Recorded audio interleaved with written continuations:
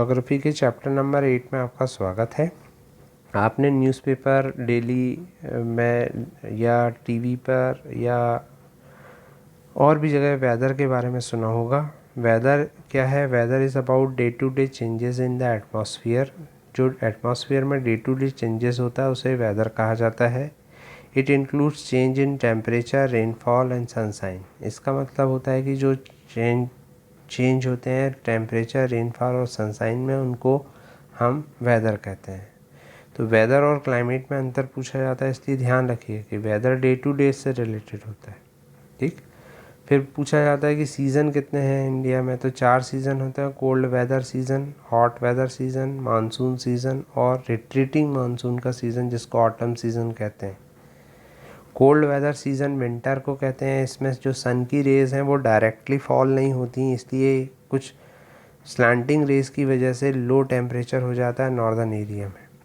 Hot weather जो season होता है उसको समर सीज़न कहते हैं। इसमें सन की रेज़ डायरेक्टली फॉल होती हैं और टेम्परेचर बहुत ज़्यादा हाई हो जाता है और लू चलने लगती है। साउथ वेस्ट मानसून सीज़न जिसको रेनी सीज़न कहते हैं। तो अरेबियन सी और बे ऑफ बंगाल से क्या होता है, विंड ब्लोज होती हैं जिनमें मॉइस्चर होता है, जिनके कारण बारिश होती है। फिर है सीज़न ऑफ रिट्रीटिंग मानसून और autumn season. Wind moves back, जो विंड यहाँ से निकलती हैं वो वापस भी लौट कर आती हैं, जिनके कारण रिट्रीटिंग मानसून सीज़न होता है। और सदर्न पार्ट में इंडिया पर्टिकुलरली तमिलनाडु और आंध्र प्रदेश में रिट्रीटिंग मानसून के कारण बारिश होती है। तो हमने जैसे वेदर के बारे में पढ़ा था, आप सीज़न पढ़ लिया, आप क्लाइमेट पढ़ेंगे। क्लाइमेट जो होता है वो एवरेज वेदर कंडीशन होता है। Climate is about average weather condition which have been measured over many years, जिसको कई सालों में मेज़र किया जाता है, मापा जाता है। क्लाइमेट जो इंडिया का है वो broadly describe at monsoon type, उसको कहा गया है। Monsoon is taken from Arabic word mausam से बना हुआ है, जिसका मतलब सीज़न होता है। इंडिया की लोकेशन ट्रॉपिकल रीजन में है, इसलिए बहुत सारी जो रेन है वो मानसून विंड के कारण आती है। और एग्रीकल्चर जो इंडिया की है वो डिपेंड करती है मानसून पर। गुड मानसून का मतलब एडिक्वेट रेन और बाउंटीफुल क्रॉप। क्लाइमेट जो है किसी भी प्लेस का अफेक्टेड होता है उसकी location, altitude, distance from sea, relief, इनके द्वारा। कि भाई क्लाइमेट किसी जगह का कैसा रहेगा, यदि वो यदि ऊंचे पहाड़ पर है तो वो जगह अपने आप ठंडी रहेगी। Therefore we experience different type of climate in India. India में इसलिए अलग अलग क्योंकि अलग अलग तरह की स्थिति है। जैसे Jaisalmer and Bikaner in the desert of Rajasthan में है, इसलिए वो बहुत हॉट हैं, आर वेरी हॉट। जबकि ड्रेस और कारगिल जो है वो जम्मू कश्मीर में, वो बहुत कोल्ड है। कोस्टल एरिया जैसे मुंबई और कोलकाता जो है वो मॉडरेट क्लाइमेट है, क्योंकि ना तो वो ज़्यादा ठंडे ना गर्म। और कोस्ट में होने के कारण, कोस्ट का मतलब होता है समुद्र का किनारा, कोस्टल एरिया होने के कारण ये बहुत ह्यूमिड है।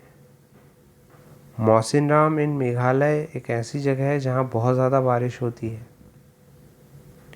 तो इसलिए, और जबकि पर्टिकुलर ईयर में जैसलमेर में बहुत कम बारिश होती है। तो अलग अलग जगह अमाउंट ऑफ रेनफॉल, क्लाइमेट की वजह से अलग अलग तरह के वेजिटेशन होते हैं। आपने बारिश में देखा होगा अपने आप बहुत सारे वेजिटेशन उग जाते हैं, उनको कोई सो नहीं करता। तो उनकी हाइट अलग अलग होती है, जैसे इसमें दी गई है, श्रब की अलग होती है, ग्रास की अलग होती है। तो variety of plant life in our surrounding we see how nice it is to play in the field with green grasses. There are also small plants called bushes and shrub like cactus and flowering plant. There are many tall trees भी हैं। tall trees आप बहुत अच्छे से जानते हैं। अब आपसे क्वेश्चन पूछा जाएगा कि नेचुरल वेजिटेशन किसे कहते हैं। तो the grasses, shrub and tree which grow on their own, जो अपने खुद के उस कारण उग जाते हैं, without interference and help of human being, are called natural vegetation. Different type of natural vegetation different climate condition पर डिपेंड करते हैं। इनमें रेनफॉल बहुत ज़रूरी है। वेराइड क्लाइमेट कंडीशन के कारण इंडिया में बहुत सारे वाइल्ड नेचुरल वेजिटेशन है, जिसके कारण हम अलग अलग तरह के फॉरेस्ट यहाँ पर मिलते हैं और अलग अलग तरह के ट्री मिलते हैं। फॉरेस्ट हमारे लिए क्यों ज़रूरी है? Why are forest necessary? They are very useful to us because सबसे इम्पॉर्टेंट चीज़ कि दे गिव अस ऑक्सीजन, और क्योंकि हम लोग ऑक्सीजन लेते हैं और कार्बन डाइऑक्साइड छोड़ते हैं, जबकि प्लांट जो होते हैं वो जब फोटोसिंथेसिस करते हैं तो उन्हें कार्बन डाइऑक्साइड की ज़रूरत होती है, वो ऑक्सीजन को रिलीज़ करते हैं।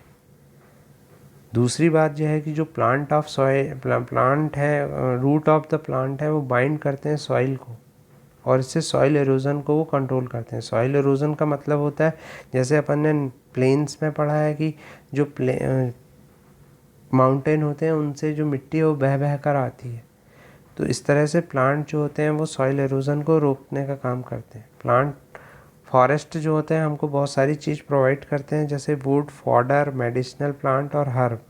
लाख मतलब चूड़ी बनाने का काम आता है, हनी और गम।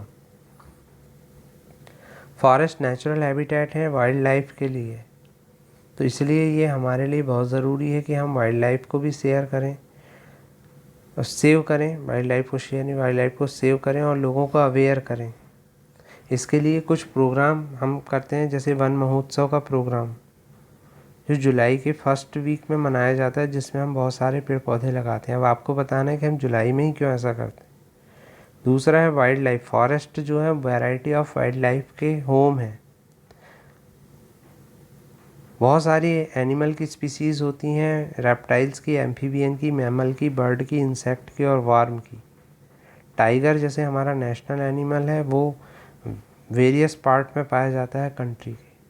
हमारे यहाँ जो गिर के फॉरेस्ट हैं गुजरात में, वो एशियाटिक लायन के लिए बहुत फेमस है। एलिफेंट भी हमारे यहाँ मिलते हैं कर्नाटक और केरल में, और वन हॉर्न राइनोसेरस मिलता है जिसको गेंडा कहते हैं, वो आसाम में मिलता है। कैमल भी हमारे यहाँ मिलते हैं। कहाँ पर मिलते हैं आपको पता ही है, ग्रेट इंडियन डेजर्ट और रन ऑफ कच्छ में।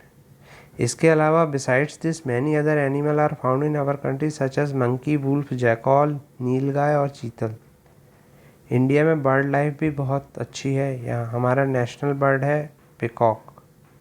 इसके अलावा some other common birds are parrots, pigeon, myna, geese, बुलबुल और डक्स।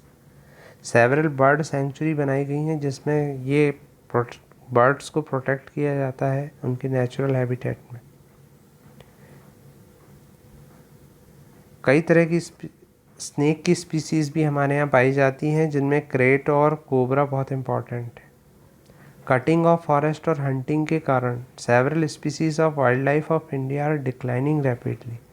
मैनी स्पीसीज तो हमारे यहाँ एक्सटिंक्ट ही हो गई हैं। एक्सटिंक्ट मतलब होता है कि अब वो मिलती ही नहीं है। In order to protect them, इन सबको बचाने के लिए मैनी नेशनल पार्क, सेंचुरीज और बायोस्फीयर रिजर्व बनाए जा रहे हैं। गवर्नमेंट ने स्टार्ट किया हुआ है प्रोजेक्ट टाइगर और प्रोजेक्ट एलिफेंट। आप भी वाइल्ड लाइफ को कंजर्व करने में अपना कंट्रीब्यूट कर सकते हैं। You can refuse to buy things made from part of bodies of animal such as bone, horn, fur, skin, feather. हर साल जो होता है wildlife week first week of October में मनाया जाता है। तो वन महोत्सव कब मनाते हैं और वाइल्ड लाइफ वीक कब मनाते हैं आपको ध्यान रखना है, ताकि लोगों के बीच अवेयरनेस रहे conserving the habitat of natural kingdom. और पेपर में इसके बारे में अक्सर आता है, तो आपको पढ़ना चाहिए और देखना चाहिए कि गवर्नमेंट क्या कर रही है उनको बचाने के लिए और हम क्या कर सकते हैं। तो अच्छा लगा होगा आपको ये चैप्टर। इसके भी क्वेश्चन आंसर बहुत सरल है। यदि आपको नहीं बनेंगे तो मैं आपको सेंड कर दूंगा, पर आप खुद से भी सर्च करके लिख सकते हैं। Thank you very much.